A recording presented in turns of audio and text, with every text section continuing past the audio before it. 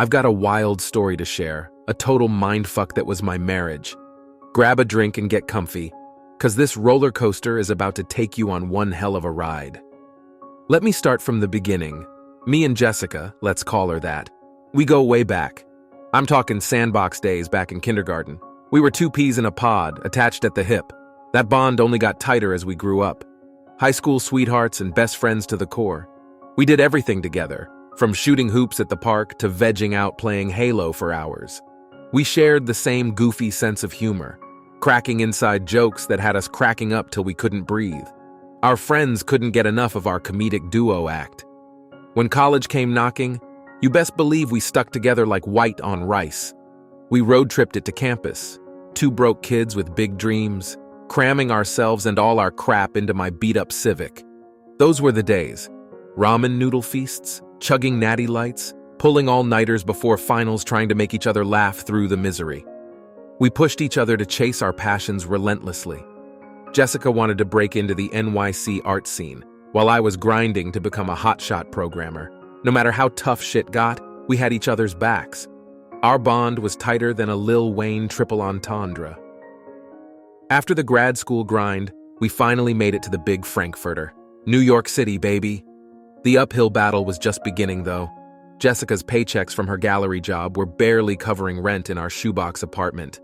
But I did us a solid and landed a remote coding gig that paid out the wazoo. With my income covering our living costs, Jessica could pursue her creative callings without stressing about money. I made sure she wanted for nothing. I handled all the domestic duties, cleaning, cooking, taking care of our rescue pup Bingo. Anything to allow her to flourish, because seeing Jessica thrive made me happier than a pig in slop. Our life was straighter than Mayweather's right hand, fam. We really had it all. Nightly wine and Netflix snuggle sessions, dopamine-pumping sex sessions multiple times a day, fancy date nights, weekend road trips, you name it. We made it an art form to prioritize our relationship and keep that spark blazing UPTOWN. Not to mention, we'd already survived some mega shitstorms together, from dreadful group assignments in college to relatives passing during the pandemic to nearly going broke paying off student loans. Through it all, Jessica was my day one, my road dog who helped me see the light despite the gloom. She was my twin flame, my partner in crime, and most importantly, the love of my damn life. Looking back, though, I can see there were some red flags I chose to ignore, like a fool blinded by devotion. So there I was, living the dream with my girl Jessica. We were tighter than Lindsay Lohan's skinny jeans back in the day, but little did I know, shit was about to go sideways real quick. The first hint of trouble started when Jessica got a new gig at this uppity art gallery in Manhattan's art district. I was hyped for her, thinking it was going to be her big break. She started coming home late most nights, saying she was networking with potential clients and investors. I didn't bat an eye. I trusted her fully. But then the little things started adding up. She was glued to her phone more than usual, getting sketchy texts and calls late at night. She started getting dressed up more for work, the kind of fly looks usually reserved for date nights. I remember joking how she must be trying to sell more art by dressing sexy for the snobby rich folk. Jessica just played it off, saying I was being paranoid and immature for insinuating anything. So like a damn fool, I brushed it off, convincing myself I was just being insecure. We still had our hot sex life, our joking banter, our deep, intimate talks. Surely everything was kosher, right? Wrong, dead fucking wrong. One night I'll never forget. I came home early from the gym and caught Jessica furiously making out with some douche bro on our couch. He was young, probably an intern at the gallery, with a sleazy look on his mug. I booked it out of there before they noticed me, sicker than a dog. When Jessica got home later, I confronted her. At first, she pulled the typical, "it's not what it looks like" bull. But I didn't budge. I laid it all out. The sketchy behavior, the late nights, the nosy suspicions finally confirmed. She broke down in tears, finally coming clean about her and Brock. Let's call the douchebag that. I'm not gonna lie, it felt like she ripped my damn heart out and stomped on it with a stiletto. We had been together nearly a decade at this point. She was my world, fam. I thought we were soulmates destined to be together forever. Despite the crushing betrayal, I agreed to work through it. I'm a ride or die kind of guy, and Jessica swore up and down it was just a stupid mistake. She promised to cut ties with Brock and committed to couples therapy to rebuild the trust. Like an idiot, I believed her lies.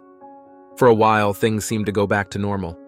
She was extra affectionate. We went on weekly date nights. The sex was red hot again. I started letting my guard down, simply euphoric to have my Jess back after the darkness. That's when the next sucker punch landed. I should have trusted my gut instinct, fam. All those warm, fuzzy feelings of having my girl back were short-lived. Not even 2 months after Jess swore she ended things with that slimy Brock dude, I got cold hard evidence she was still creeping with the bastard. One morning I was working from home, waiting for Jess to leave for work so I could surprise her with tickets to her favorite band later that night. I heard her phone go off in the bedroom with a text notification. Like an idiot, I went to check it, thinking maybe the concert tickets got delivered early. What I saw made me damn near puke. It was a string of raunchy texts from Brock, describing in nasty detail all the filthy things he wanted to do to Jess later. There were even a couple explicit pics of his junk that burned into my retinas. I lost it, smashing her phone against the wall into a million pieces. When Jess got home that evening, I didn't even give her a chance to play dumb. I went ape shit, cussing her out like a sailor, asking how she could betray me again after I gave her a second shot. The waterworks started flowing hard from her as she babbled more lies about being confused and scared. At first I felt that tiny twinge of guilt for being so harsh. This was my baby, my world utterly crumbling before my eyes.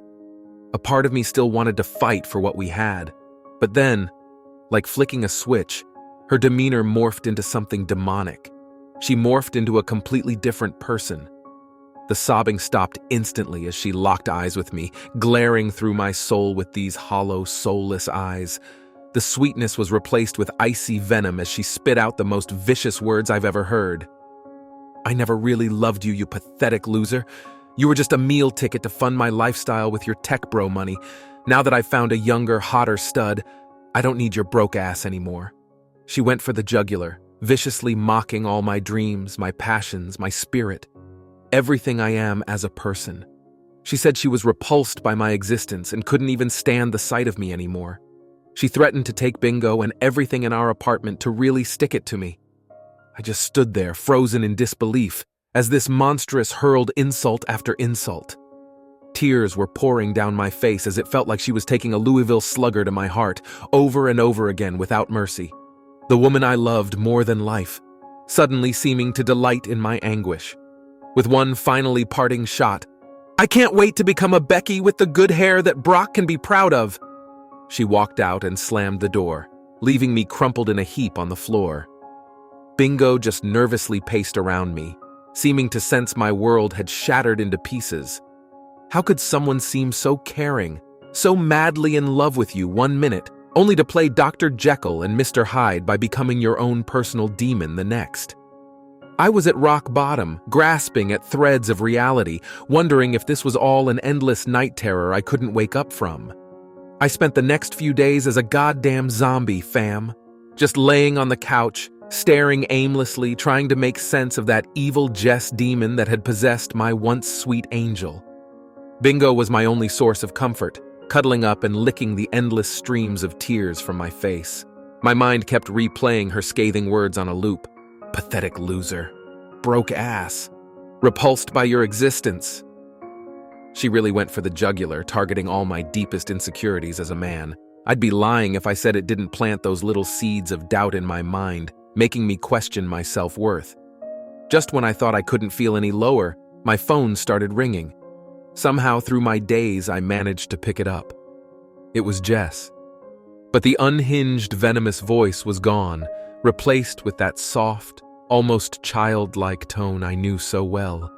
She was sobbing uncontrollably, utterly distraught. "Baby, I'm so sorry," she cried.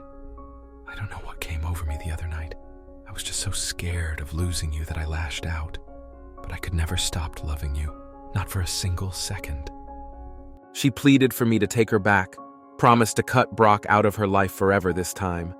She said she'd go to counseling, church, whatever it took to be the woman I deserved again. For a moment, It was like getting a lifeline thrown to me in my ocean of despair. Maybe my Jess, my soulmate, was still in there, just temporarily possessed by demons. So like the lovesick fool I was, I agreed to give her one last chance to make things right. She came over in tears, holding Bingo close and kissing me over and over, telling me how lost she'd be without me. We made passionate love like it was our first time all over again, and for a few blissful days, it was like the darkness had never happened. But then, out of nowhere, I got that dreaded switch again. One morning over breakfast, Jess was just stone-cold silent, pushing her eggs around with a fork. I asked if everything was okay, and that's when she flipped. "You really think I could ever take you back, you insignificant little bitch? I told you I was done with you." And just like that, the vicious alter ego had resurfaced. She berated me with another onslaught of insults about being a disgrace of a man. She said the past few days of begging for forgiveness were all an act, her just messing with my feeble mind because she got amusement out of it. She cackled that she was going to go stay at Brock's place and send me videos of them doing it, just to drive the final nail into my coffin. This became a vicious cycle over the next several months. One minute, my sweet Jess was back, crying her eyes out about what a horrible mistake she had made, looking so fragile and earnest as she promised restart our life together. Then out of nowhere, she'd become a raging demon again, telling me in lurid details how she was actively cheating with multiple men, how I was subhuman garbage not even fit to lick her feet. The whiplash had me constantly living on eggshells, never knowing which Jess I'd encounter.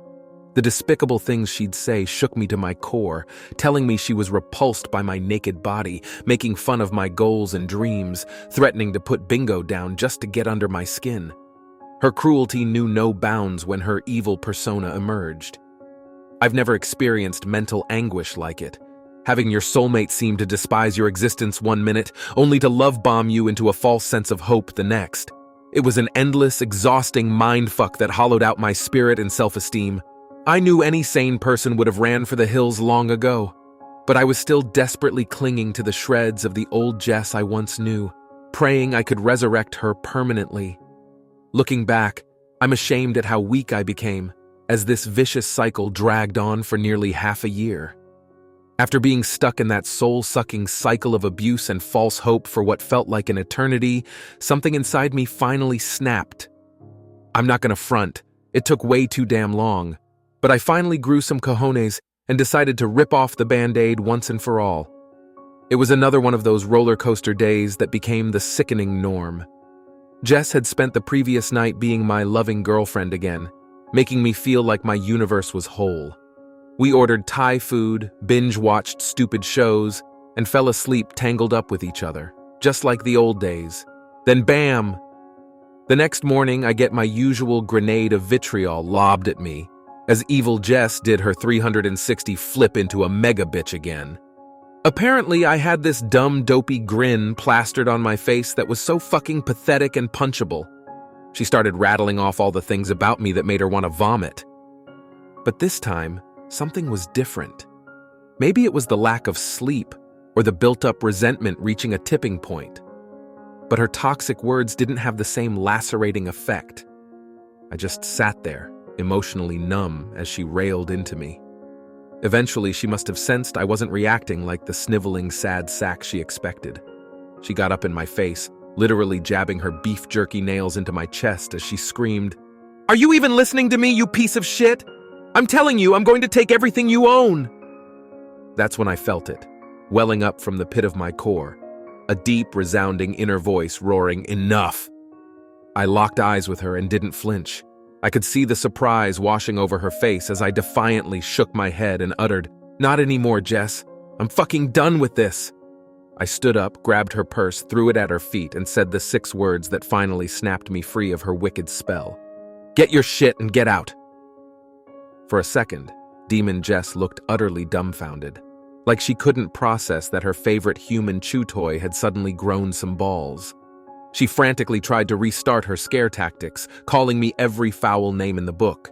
But this time, they landed as hollow and empty as her soul. I'll never forget the look on her face at that moment. A look of being utterly unmasked, naked in the harsh light of her own malice. The pity-me tears stopped flowing as I went on, telling her how I'd wasted too many years hoping to resurrect my imaginary dream girl, when she was just a spiritual black hole destined to keep leeching my soul. For the first time, she was speechless as I told her I'd be filing for divorce first thing in the morning and fighting for full custody of Bingo, who I refused to let her emotional terrorism corrupt any longer. I promised to box up her shit and have it waiting for her to collect. At last, with a look of subdued, seething hatred, she slithered out of my apartment. Over the next couple of weeks, she tried a few more feeble push-pull manipulation tactics, calling to harangue me for being so cruel one day, then crying for forgiveness the next. But I wouldn't allow myself to be drawn into her toxic web again. When she realized her snarling emotional terrorism was finally impotent against me, it was like she disappeared into a vapor. I later heard from mutual friends she tried to smear my name as an abusive monster, but nobody was buying her lies anymore. Especially not after they saw the torrent of her own hateful voicemails and texts I'd backed up over the months as protective evidence. As for me, those weeks of soul-crushing despair soon turned to revitalized freedom. With Jess finally out of my life for good, it was like those dark storm clouds of anguish that had consumed me for so long, finally parted to let the sunshine blaze through again. That unshakable feeling of dread and anxiety that had weighed me down for months suddenly got lifted off my shoulders. Don't get me wrong, the healing process wasn't instantaneous or easy. I had to actively work on unlearning the psychological chains Jess's abuse had bound me with. Her constant belittling and dehumanization had left me second-guessing my self-worth, my goals, my dreams, my very identity as a man. I had to take intentional daily steps to rediscover and reaffirm who I really was. Reconnecting with old friends and family who had my back through the storm helped immensely. My day ones showed up huge, always down to get beer and wings while letting me vent for hours about the mind-fuckery I'd endured. We laughed, cried, raged until the pain began scabbing over into an alma mater of hard-earned wisdom. My work fam also rallied around me with that unconditional love and support you can only get from your chosen family. Making an effort to socialize with them more, instead of coming home to walking on eggshells around Jess's shitty moods, was a breath of fresh air. With their encouragement, I started exploring new hobbies and creative outlets that allowed me to start rediscovering my spark. Most importantly, I had Bingo by my side as my emotional support pupper, my enduring reminder of the pure, unconditional love I once knew. Taking him on long, meditative walks in the park or just chilling on the couch watching dumb shows while he snored on my lap, those simple moments helped me feel centered in my own company again without constantly seeking external validation. With each passing week, I felt myself becoming more and more of my authentic, confident self again. The shadow of Demon Jess that used to lurk in the back of my mind, constantly making me second-guess my self-worth, gradually from my psychological rear view. I started actively celebrating myself again. My goofy humor, my ambition, my hopes and dreams. All the things she had tried to perversely tear away from my identity. Even Jess's final manipulative Hail Mary attack of telling everyone I was the abusive monster backfired immensely. Once my real ones saw the literal receipts of her cruel behavior, a tidal wave of support came rushing in. Messages, DMs, comments of support flooded in, some from total strangers who had been following my saga and felt inspired by my story of perseverance and rebirth. Far from being isolated and shunned, I was met with a loud chorus cheering me on to keep rising up out of the ashes. Faded, eventually the dust fully settled, as I was granted the divorce and full custody of Bingo without issue. I remember the day the papers were finalized. I felt this profound sense of relief, like I could finally exhale a breath I'd been holding for 2 years. The shackles were off. The demons were expelled. I was a free man again, ready to venture forward into the next chapter of my journey. These days, my life is feeling pretty damn gratifying again. Gone are the dark mental prisons of fear, anxiety, and self-doubt I became institutionalized in. With Jess's toxic web untangled from my spirit, I feel revitalized and confident in manifesting the dreams and ambitions she tried to snuff out of me. I've got my buddies, my work fam, my hobbies, and most importantly, my loyal son Bingo, all keeping me anchored in a constant state of fulfillment. Sure, I still get random pangs of resentment, wondering how I'll ever be able to trust and love again after such a catastrophic betrayal from my supposed soulmate. And yeah, some nights I still wake up in a cold sweat, haunted by Demon Jess's snarling words echoing through my mind. Old wounds have a funny way of never going away, but I've grown to accept those lingering scars as somber souvenirs, reminders of the hell I survived and escaped from, badges of honor for the stronger, more resilient man I've become after being dragged through the ringer. I'm grateful for those humbling experiences, as grotesque as they were, because without them, I may have never summoned the spirit to break free of her wicked spell and reclaim my true self. So there you have it, fam. That's the insane, traumatic tale of how my storybook romance almost completely derailed and decimated me. But I got my rebirth, I got my revival, and I'm feeling galvanized as fuck to go apply all those hard-won lessons into making this next chapter of my life, the most epic one yet. Stay blessed, y'all.